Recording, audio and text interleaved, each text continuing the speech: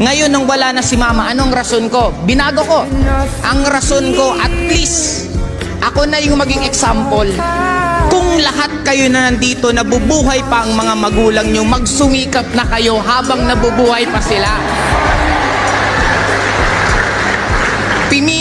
Pinipitik pa rin ako paminsan-minsan. Hindi ko man lang napaspa mama ko. Hindi ko man lang nadala sa ibang bansa mama ko. Hindi ko man lang nabigyan ng pera pang shopping mama ko. Kaya kung isa kayo na mga bata pa nandito, kung nabubuhay pa magulang nyo, magsumikap na kayo ng todo para maibigay nyo na yung deserve din nilang buhay. Now, ano ang point ko? Binago ko rason ko. Now, ano ang point ko? Huwag nyong hayaan ang past nyo ang mag-dictate ng future nyo.